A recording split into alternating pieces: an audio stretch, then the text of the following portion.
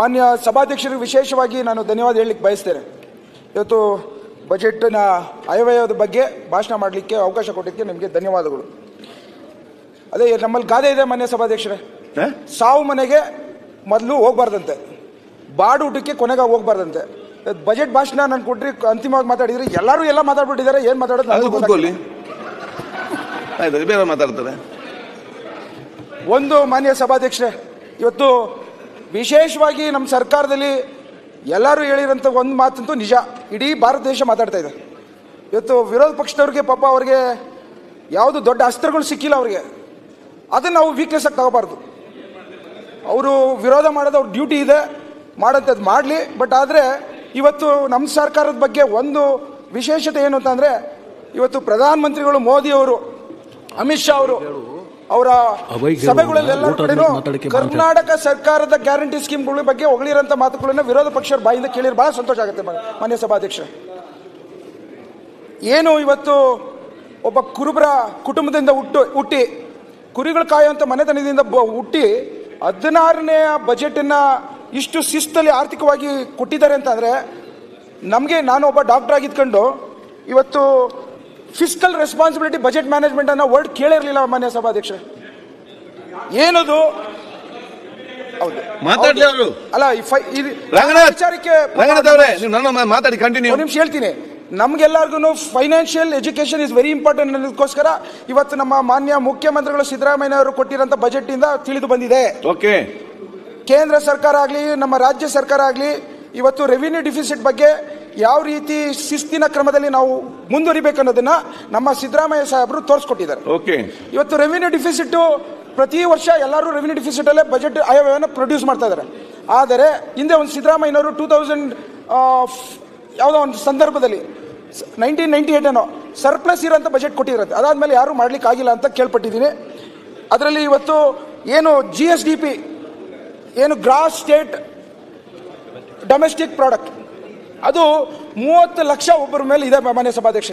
25% ಒಳಗಡೆ ನಾವು ಇದನ್ನ ಶಿಸ್ತನ್ನು ತರಬೇಕು ಅಂತ ಪ್ರಯತ್ನವನ್ನು ಮಾಡಿದಂಥದ್ದು ವಿಶೇಷವಾಗಿ ನಾನು ಮಾನ್ಯ ಸಿದ್ದರಾಮಯ್ಯ ಸಾಹೇಬರಿಗೆ ಧನ್ಯವಾದ ಹೇಳಲಿಕ್ಕೆ ಬಯಸ್ತೇನೆ.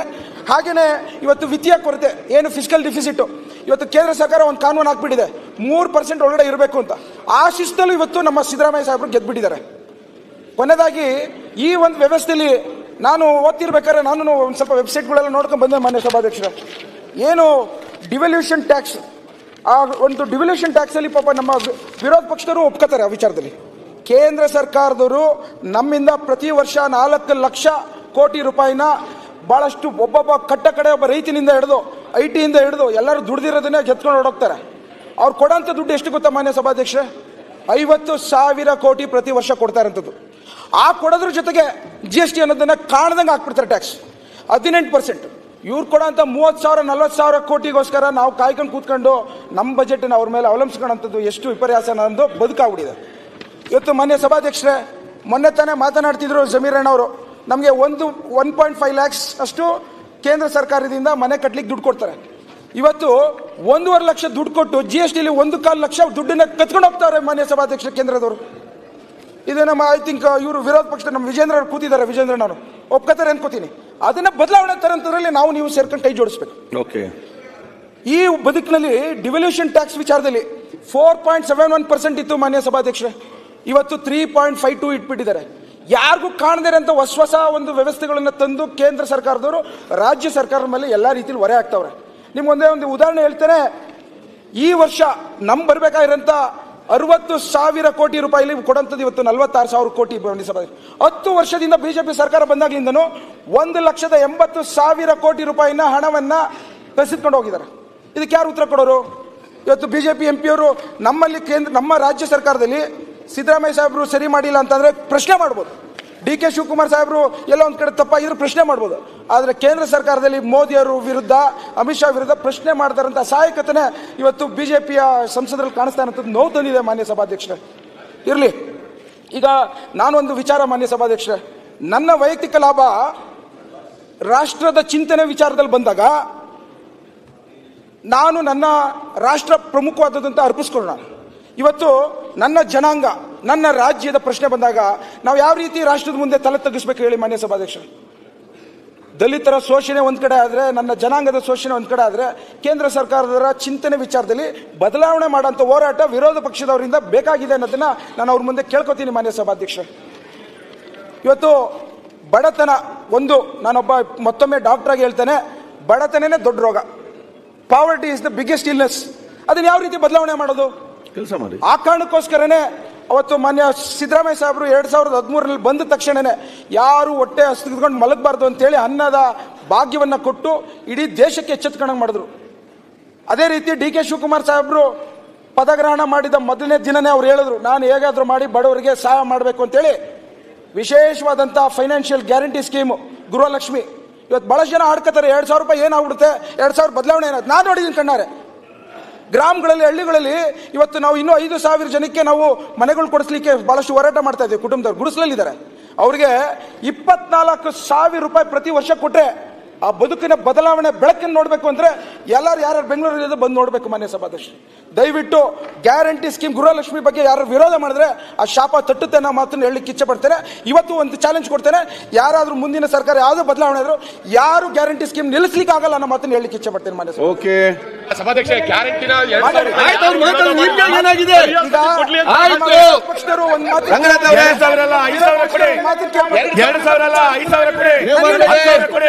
ಅವ್ರು ಮಾತಾಡಿದ್ರೆ ಯಾಕೆ ರಿಯಾಕ್ಷನ್ ಮಾಡ್ತೀರಿ? ಆಯ್ತು ರಂಗನಾಥ್, ಫಿನಿಶ್ ಮಾಡಿ. ಮಾತಾಡ್ತೀನಿ. ಈಗ ಇನ್ನೊಂದು ಮಾತು ಹೇಳ್ತೇನೆ, ಮುಂದಿನ ಸಾಲಿನ 2028 ಸರ್ಕಾರ ಬಂದ್ರೆ 2,000 ಇರೋಂಥ ಗ್ಯಾರಂಟಿ ಸ್ಕೀಮ್ ನ 4,000 ರೂಪಾಯಿ ನೀವೇ ಕೇಳಿದ್ರಿ ಮಾಡ್ಲಿಕ್ಕೆ ನಾ ತಯಾರ. ರಘುಮೂರ್ತಿ ಅವರೇ, ರಂಗನಾಥ್. ಮಾನ್ಯ ಸಭಾಧ್ಯಕ್ಷ, ಒಂದೆರಡು ನಿಮಿಷ ಕೇಳ್ಕೊಳ್ಳಿ. ಮಾನ್ಯ ಸಭಾಧ್ಯಕ್ಷ, ಇವತ್ತು ನಮ್ಮ ಬಿಜೆಪಿಯವರು ಟೀಕೆ ಮಾಡ್ತಾರೆ. ಯಾವ ಕಾರಣಕ್ಕೋಸ್ಕರ ಹರಿಯಾಣದಲ್ಲಿ, ಡೆಲ್ಲಿಲಿ, ಮಹಾರಾಷ್ಟ್ರದಲ್ಲಿ ಹೇಳಿದ್ದೇನೆ, ಯಾಕೆ ಮತ್ತೆ ಹೇಳ್ತೀರಿ? ಮೊನ್ನೆ ಅದನ್ನೇ ಕೇಳ್ತಿದ್ದೆ ನಾನು. ಇವತ್ತು ಎಲ್ಲ ಹೇಳಿ. ಮಾನ್ಯ ಸಭಾಧ್ಯಕ್ಷ, ನಮ್ದು ಏನಿದೆ, ಹುಡುಗರಿಗೆ ಕೆಲಸ ಕೊಡಿಸ್ಬೇಕು. ಇವತ್ತು ನಾನು MB ಪಾಟೀಲ್ ಸಾಹೇಬರಿಗೆ ವಿಶೇಷವಾಗಿ ಧನ್ಯವಾದ ಹೇಳ್ತಾ ಬಯಸ್ತೇನೆ. ಫಾಕ್ಸ್ಕಾನ್ ಅಲ್ಲಿ ಒಂದೇ ಕಡೆ ಇವರೆಲ್ಲ ಹೋಗಿ ವಿರೋಧ ಪಕ್ಷದವರಿಗೆ ಟೂರಿಸ್ಟ್ ಕರ್ಕೊಂಡೋಗಿ ತೋರಿಸ್ಬೇಕು. 50,000 ಜನಕ್ಕೆ ಕೆಲಸ ಕೊಡೋಂತ ಒಂದು ವಿಶೇಷವಾಗಿ ಸಿಟಿ ಏನು ಪಿನ್ ಸಿಟಿಯಿಂದ ಹಿಡಿದು ಸಿಗ್ನೇಚರ್ ಸಿಟಿಯಿಂದ ಹಿಡಿದು ಬದಲಾವಣೆ ತರಂತ ಒಂದು ಪ್ರಯತ್ನ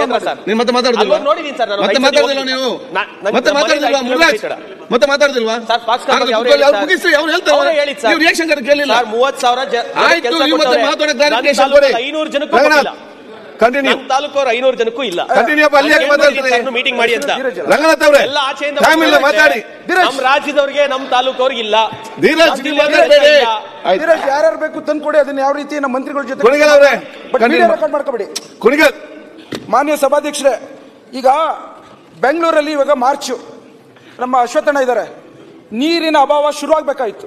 ಇವತ್ತೇನು ಸರ್ಕಾರದವ್ರು ತೆಗೆದುಕೊಂಡಿರಂತ 5th ಫೇಸಿನ ಹಂತದಲ್ಲಿ ನೀರು ಟೀಕೆಹಳ್ಳಿಯಿಂದ ಕೊಡಿಸ್ತಾರಂತದ್ರಲ್ಲಿ ಈ ಅಭಾವ ಗೋಚರ ಆಗದಾರಂತ ಪರಿಸ್ಥಿತಿನ ನಿರ್ಮಾಣ ಮಾಡಿ ಇವತ್ತು ನಾನು ವಿಶೇಷವಾಗಿ DK ಶಿವಕುಮಾರ್ ಸಾಹೇಬರು ಧನ್ಯವಾದ ಹೇಳಲಿಕ್ಕೆ ಬಯಸ್ತೇನೆ. ಹಾಗೇನೆ ಇವತ್ತು ಏರ್ಪೋರ್ಟ್ ನಿರ್ಮಾಣದಿಂದ ಹಿಡಿದು ಪಿನ್ ಸಿಟಿಯಿಂದ ಹಿಡಿದು ಸಿಗ್ನೇಚರ್ ಪಾರ್ಕಿಂದ ವಿಶೇಷವಾಗಿ ತರ್ತಾ ಇದ್ದಾವೆ. ಟ್ರಾಫಿಕ್ ಜಾಮ್ ತೆಗಿಬೇಕು ಅಂತಿದ್ದೀವಿ. ಇವತ್ತು ಟನಲಿನ ಮೂಲಕ ಟ್ರಾಫಿಕ್ ಜಾಮ್ಗಳನ್ನು ತೆಗೆಯುವಂಥ ಒಂದು ಪರಿಸ್ಥಿತಿ ನಿರ್ಮಾಣ ಮಾಡಬೇಕು ಅಂತ ಬೆಂಗಳೂರಲ್ಲಿ ಹೊರಟಿದ್ದಾರೆ. ಪ್ರತಿಯೊಂದು ಹಂತದಲ್ಲೂ ಬಹಳಷ್ಟು ಯೋಚನೆ ಮಾಡಿ ಇವತ್ತು ಅಭಿವೃದ್ಧಿಯ ಬಗ್ಗೆ ವಿರೋಧ ಪಕ್ಷದವರು ಎಷ್ಟೇ ವಿರೋಧ ಮಾಡಿದ್ರು ಸಹ ನಾವು ಅಭಿವೃದ್ಧಿಯ ದಿಕ್ಕಿನಲ್ಲಿ ಹೋಗುವಂತ ಪಥವನ್ನ ಕಡಿವಾಣ ಹಾಕಿ ಸಾಧ್ಯವಿಲ್ಲ ಅನ್ನೋ ಮಾತನ್ನ ಹೇಳ್ತಾರೆ. ಈಗ ನಮ್ಮ ತಾಲೂಕು ವಿಚಾರ ಒಂದ್ ನಿಮಿಷ ಮಾನ್ಯ ಸಭಾಧ್ಯಕ್ಷ, ಡಿಲಿಮಿಟೇಷನ್ ಅನ್ನೋದು ಏನು ಇವಾಗ ಮರು ವಿಂಗಡಣೆ ಮಾಡ್ತಾ ಇದ್ರೆ ಮಾನ್ಯ ಸಭಾಧ್ಯಕ್ಷ, ನಿಮಗೂ ಇದು ಬಹಳಷ್ಟು ಎಚ್ಚರವಾದಂತ ಅಂದು ಇಡೀ ಭಾರತ ದೇಶದಲ್ಲೇ ಫ್ಯಾಮಿಲಿ ಪ್ಲಾನಿಂಗ್ ವಿಚಾರದಲ್ಲಿ ಕೊಟ್ಟಂತ ಆದೇಶ ಕೇಂದ್ರ ಸರ್ಕಾರದಿಂದ ಪಾಲಿಸುತ್ತಿರುವಂತವರು ಕರ್ನಾಟಕದವರು, ತಮಿಳುನಾಡವರು, ಕೇರಳದವರು ಮತ್ತು ಆಂಧ್ರ ಪ್ರದೇಶರು. ಇವತ್ತು ಮರು ವಿಂಗಡಣೆ ಮಾಡುವಂತ ಸಂದರ್ಭದಲ್ಲಿ ನಾವು ಫ್ಯಾಮಿಲಿ ಕಂಟ್ರೋಲ್ ಮಾಡಿರೋದ್ರಿಂದ ಮಕ್ಕಳುಗಳು ಒಂದು ಕುಟುಂಬಕ್ಕೆ 2 ಮಾಡಿರೋಂಥ ವಿಚಾರದಲ್ಲಿ ಇವತ್ತು ನಾವು ನೊಂದ್ಕೊಂಡು ಕೇಂದ್ರ ಸರ್ಕಾರದಲ್ಲಿ ಹೇಳ್ತಾರೆ ಜನಗಣತಿ ಆಧಾರದ ಮೇಲೆ ರಾಜಕೀಯದ ಪ್ರತಿನಿಧಿ ಮಾಡ್ತೇವೆ ಅಂತ. ನಾನು ಮತ್ತೊಮ್ಮೆ ಪ್ರಶ್ನೆ ಕೇಳ್ತೇನೆ, ನಾವು ನಿಮಗೋಸ್ಕರ ಗೌರವ ಕೊಟ್ಟು ಎಲ್ಲ ರೀತಿಯಲ್ಲೂ ಶಿಸ್ತುಬದ್ಧತೆಯಲ್ಲಿರುವಂಥ ಕುಟುಂಬದ ಕರ್ನಾಟಕ ರಾಜ್ಯದವರಿಗೆ ಇವತ್ತು ರಾಜಕೀಯದ ಒಂದು ಪ್ರತಿನಿಧಿಗಳನ್ನು ಕಡಿಮೆ ಮಾಡಿಕೊಂಡು ಉತ್ತರ ಪ್ರದೇಶರಿಗೆ, ಅಸ್ಸಾಂಗೆ, ಬಿಹಾರ್ ಕೊಡುವಂಥದ್ದು ಎಷ್ಟು ನ್ಯಾಯ ಮಾನ್ಯ ಸಭಾಧ್ಯಕ್ಷ? ಈ ವಿಚಾರದಲ್ಲಿ ನಾವೆಲ್ಲ ವಿರೋಧ ಪಕ್ಷರು ಕೈ ಜೋಡಿಸಬೇಕು. ಇವತ್ತು ಅವ್ರು ಯಾವ ಪಕ್ಷನೇ ಇರಲಿ, ಮುಂದಿನ ಅವರ ಒಂದು ಸಂತತಿ ವಿಚಾರದಲ್ಲಿ ಪ್ರಶ್ನೆ ಬದುಕೋಸ್ಕರ ನಾವು ಹೋರಾಟ ಮಾಡಬೇಕು ಮಾನ್ಯ ಸಭಾಧ್ಯಕ್ಷ. ಕೊನೆಯದಾಗಿ ಇವತ್ತು ಯಾರು ಇದನ್ನ ವಿಚಾರನ ಅರ್ಥ ಮಾಡ್ಕೋತಾ ಇಲ್ಲ. ನಮ್ಮ ಗ್ರಾಮೀಣ ಪ್ರದೇಶದ ಮನೆ ಸಭಾಧ್ಯಕ್ಷ 2 ಪ್ರಾಬ್ಲಮ್ ಇದೆ. ಒಂದು online problem, online games problem, ಒಂದು ಡ್ರಗ್ಸ್ ಪ್ರಾಬ್ಲಮ್. ಮೊನ್ನೆ ತಾನೇ 72 crores ರೂಪೀಸ್ MDMA ಮತ್ತೆ ಹೆರಾಯಿನ್ ಮತ್ತೆ ಕೊಕೇನ್ ಸಿಕ್ಕಿದೆ ಮಾನ್ಯ ಸಭಾಧ್ಯಕ್ಷ. ಈಗ ಮೊದಲೆಲ್ಲ ಕೊಕೇನು ಹೊಸ ಕ್ರೀಮ್ ಲೇಯರ್ಸ್ ಅಡಿಕ್ಷನ್ ಆಗ್ಬಿಟ್ಟಿದ್ದು. ಈಗ ಸುಮಾರಾಗಿ ಹಳ್ಳಿ ಜನನು ಕೊಕೇನ್ ಯೂಸ್ ಮಾಡೋಂಥ ಸಂದರ್ಭಗಳನ್ನು ನಿರ್ಮಾಣ ಆಗ್ತಿರೋಂಥದ್ದು, ಹೆರಾಯಿನ್ ಗಾಂಜಾ ನಿರ್ಮಾಣ ಆಗ್ತಿರೋದನ್ನ ತಡೆ ಹಿಡಿಬೇಕಾದ್ರೆ ಕಾನೂನು ಸುವ್ಯವಸ್ಥೆಯಲ್ಲಿ ಇನ್ನು ಬಲಪಡಿಸಬೇಕಾದಂಥ ಸಂದರ್ಭ ನಿರ್ಮಾಣ ಆಗಿದೆ. ಮಾನ್ಯ ಸಭಾಧ್ಯಕ್ಷ, ಇವತ್ತು ಆನ್ಲೈನ್ ಗೇಮ್ ಜಾಸ್ತಿ ಹೊತ್ತು ಟೈಮ್ ಕೊಡ್ತಾ ಇಲ್ಲ. ಇಂಪಾರ್ಟೆಂಟ್ ವಿಚಾರಗಳು ನಮ್ಮ ಗ್ರಾಮಾಂತರ ಇದು ಪ್ರದೇಶದಲ್ಲಿ ಯುವ ಜನರು ಮಹಿಳೆಯರು ಇನ್ವಾಲ್ವ್ ಆಗ್ತಾರೆ. ಮಾನ್ಯ ಸಭಾಧ್ಯಕ್ಷರೇ, ನೀವು ಓಪನ್ ಮಾಡಿ ಮಾನ್ಯ ಸಭಾಧ್ಯಕ್ಷರೇ, ಆನ್ಲೈನಲ್ಲಿ ರಮ್ಮಿಯಿಂದ ಹಿಡಿದು ಕ್ರಿಕೆಟ್ ಇಂದ ಹಿಡಿದು ಪ್ರತಿಯೊಂದು ವಿಚಾರದಲ್ಲೂ ನೀವು 10 ರೂಪಾಯಿಂದ ಹಿಡಿದು 10 ಲಕ್ಷ ತನಕ ಬೆಟ್ಟಿಂಗ್ ಮಾಡೋದು ಏನು ಇದು ಮಾನ್ಯ ಸಭಾಧ್ಯಕ್ಷ? ಕಾನೂನು ವ್ಯವಸ್ಥೆ ಏನಾಗಿದೆ? ಕೇಂದ್ರ ಸರ್ಕಾರದ ಕಂಟ್ರೋಲ್ ಬರೋದಿದು. ಯಾವ ರೀತಿ ಇದು ಇಂಟರ್ನೆಟ್ ಅಲ್ಲಿ ಮತ್ತು ಆನ್ಲೈನ್ ಅಲ್ಲಿ ಇದನ್ನ ತಡೀಲಿಕ್ಕೆ ಆಗೋದಿಲ್ವಾ? ಇದು ಇಷ್ಟೊಂದು ಮುಕ್ತವಾಗಿ ಬಿಟ್ಬಿಟ್ಟು ಪ್ರತಿಯೊಬ್ಬನು ಇವತ್ತು ಏನೋ ಒಂದು ಟೆಂಪ್ಟ್ ಆಗ್ತಾನೆ, ಫಸ್ಟ್ ಫೇಸ್ ಅಲ್ಲಿ, ಸೆಕೆಂಡ್ ಅಡಿಕ್ಷನ್ ಹೋಗ್ತಾನೆ, ಥರ್ಡ್ ಸ್ಟೇಜ್ ಅಲ್ಲಿ ಸಾಲ ಮಾಡ್ಕೊಂಡು ಸೂಸೈಡ್ ಮಾಡ್ಕೊತಾನೆ. ಸರ್ ರಘುಮೂರ್ತಿ ಅವರೇ, ಇದು ಒಂದ್ ನಿಮಿಷ ಸಭಾಧ್ಯಕ್ಷ, ಒಂದ್ ನಿಮಿಷ ಕೇಳ್ಕೊತೀನಿ. ಅವ್ರು ನನ್ನ ಫ್ರೆಂಡ್ ಸಾಹೇಬ್ರು ನಂಗೆ ಆಶೀರ್ವಾದ ಮಾಡ್ತಾರೆ. ನೀವು ನಿನ್ನೆ ನಾನು ಲಿಕ್ಕರ್ ಬಗ್ಗೆ ಮಾತಾಡಿದ್ದು ಕೆಲ ಆಶೆ ಚಟಾಕಿ, ಅದನ್ನ ಸೀರಿಯಸ್ ಅಂತ ಹೇಳೋದೇನು ಬೇಡ. ಏನಾದ್ರು ರೆಕಾರ್ಡ್ ಹೋಗಿದ್ರೆ ದಯಮಾಡಿ ತೆಗೆಸಾಕಿ. ಕೃಷ್ಣಣ್ಣ ಆಯ್ತು. ಈಗ 2 ವಿಚಾರ ಮಾನ್ಯ ಸಭಾಧ್ಯಕ್ಷ, ಸಿಲ್ಕ್ ಮತ್ತು ಮಿಲ್ಕ್ ನಮ್ಮ ತುಮಕೂರು ಜಿಲ್ಲೆದು ಮಾನ್ಯ ಅದನ್ನೆಲ್ಲ ಬಿಟ್ಟು ಬೇರೆ ಮಾತಾಡಿ. ಈಗ ಲಾಸ್ಟ್ ಮಾತ್ರ ಆಯ್ತಾ ನಿಮ್ಮ ಜಿಲ್ಲೆ ಅಂತ ಪ್ರಾಬ್ಲಮ್ ಇದು ಕೇಳ್ಕೊಳ್ಳಿ. ನೀವು ಏನ್ ಹೇಳ್ತೀರಿ? ಹಸು ಸಾಕ್ಬಿಡು ಒಂದು ಕುಟುಂಬ ಉದ್ಧಾರ ಆಗ್ಬಿಡುತ್ತೆ ಅಂತೀರಿ. ಯಾರಿಗೂ ಗೊತ್ತಾಗ್ತಿಲ್ಲ. ಒಂದು ಹಸು ಹಿಡ್ಕೊಂಡ್ರೆ ಇಡೀ ಕುಟುಂಬ ಕಮಿಟ್ಮೆಂಟ್ ಇದೆ ಮಾನ್ಯ ಸಭಾಧ್ಯಕ್ಷ. ಬೆಳಗ್ಗೆ ರಾತ್ರಿ ವರ್ಕ್ ಮಾಡ್ಬೇಕು. ಆಚೆ ಹೋಗಿ ಕೂಲಿ ಮಾಡಿದ್ರೆ 500 ರೂಪಾಯಿ 1000 ರೂಪಾಯಿ ಸಿಗುತ್ತೆ. ಹಸು ಹಿಡ್ಕೊಂಡ್ರೆ ನೀವು ಕೊಡ್ತಾ ಇರೋಂಥ ರೇಟ್ಗೆ 500 ರೂಪಾಯಿ ಒಬ್ಬನಿಗಾಗಲ್ಲ.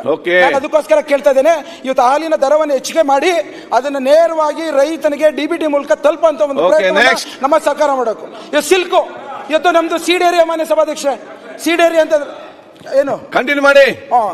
ಸೀಡ್ ಏರಿಯಾ ಮಾನ್ಯ ಸಭಾಧ್ಯಕ್ಷ ಏನಂದ್ರೆ ಆಟೋಮೆಟಿಕ್ ರೀಲಿಂಗ್ ಮಿಷನ್ಸ್ ಹೊಸದಾಗಿ ಬಂದಿದೆ, ಚೈನಾದಿಂದೆಲ್ಲ ಇವಾಗ ಶುರು ಮಾಡಿಬಿಟ್ಟಿದ್ದಾರೆ. ಆ ವಿಚಾರದಲ್ಲಿ ಸರ್ಕಾರದ ಗಮನ ಹರಿಸಬೇಕು. ನಮ್ಮ ಸೀಡ್ ಏರಿಯಾದಲ್ಲಿ ನಾವು ಬೆಳಿಲಿಲ್ಲ ಅಂದ್ರೆ ಇವತ್ತು ಕೋಲಾರು, ರಾಮನಗರ, ಚನ್ನಪಟ್ಟಣ ಯಾರಿಗೂ ಸೀಡ್ ಇಲ್ಲ ಅಂದ್ರೆ ಬೆಳಿಲಿಕ್ಕೆ ಆಗಲ್ಲ ಗೂಡುಗಳನ್ನ. ಆ ಕಾರಣಕ್ಕೋಸ್ಕರ ಕುಣಿಗಲ್ ತಾಲೂಕಿನ ಸೀಡ್ ಏರಿಯಾಗೆ ಹೆಚ್ಚಿನ ಪ್ರಾತಿನಿಧ್ಯವನ್ನು ಕೊಟ್ಟು ಇವತ್ತು ಸಿಲ್ಕಿನ ವಿಚಾರದಲ್ಲಿ ಏನು ಬೋನಸ್ ಕೊಡ್ತಾರೆ 120 ಜಾಸ್ತಿ ಮಾಡಿ ಇವತ್ತಿನ ಎಲ್ಲರ ಪೋಷಕ ಧನವನ್ನು ಹೆಚ್ಚಿಗೆ ಮಾಡಬೇಕು ಅನ್ನೋದು ವಿಶೇಷ ನಿಮ್ಮ ಮೂಲಕ ಸರ್ಕಾರಕ್ಕೆ ಕೇಳ್ತೇನೆ. ಹಾಗೇನೆ ಇವತ್ತು ನನಗೆ ಎಲ್ಲ ಡಿಪಾರ್ಟ್ಮೆಂಟ್ ಸಹಕಾರ ಇದೆ. ಕೋಆಪರೇಟಿವ್ ಮಿನಿಸ್ಟ್ರಿ ಡಿಪಾರ್ಟ್ಮೆಂಟ್ ಇಂದ ಸಹಕಾರ ಇಲ್ಲ, ನೋವನ್ನ ನಿಮ್ಮ ಮುಂದೆ ಹೇಳ್ಕೊತಾ ಇದ್ದೀವಿ. ನಮ್ಮ ಇನ್ಚಾರ್ಜ್ ಮಂತ್ರಿಗಳು ಇಲ್ಲ ಇಲ್ಲಿ, ಪರಮೇಶ್ವರ್ ಸರ್. ನೀವು ಸೆಂಟ್ರಲ್ ಗೌರ್ಮೆಂಟ್ ಇಂದ ಮೊದಲೇ ನಮಗೆ ಕೊಡ್ತಾರೆ ಲೋನ್ ಕಡಿಮೆ ಇದೆ. ಅದಲ್ಲದೆ ಇಲ್ಲಿರೋಂಥ ಕೋಆಪರೇಟಿವ್ ಮಿನಿಸ್ಟ್ರು ನಮ್ಮ ಕುಣಿಗಲ್ ಕೊಡೋಂಥ ಲೋನ್ಗಳ ವಿಚಾರದಲ್ಲಿ ಅನ್ಯಾಯ ನಡೀತಾ ಇರೋಂಥದ್ದನ್ನು ನಿಮ್ಮ ಮೂಲಕ ಇವತ್ತು ಹೇಳಲಿಕ್ಕೆ ದುಃಖ ಆಗ್ತಿದೆ ಮಾನ್ಯ ಸಭಾಧ್ಯಕ್ಷ. ರಘುಮೂರ್ತಿ ಅವರೇ.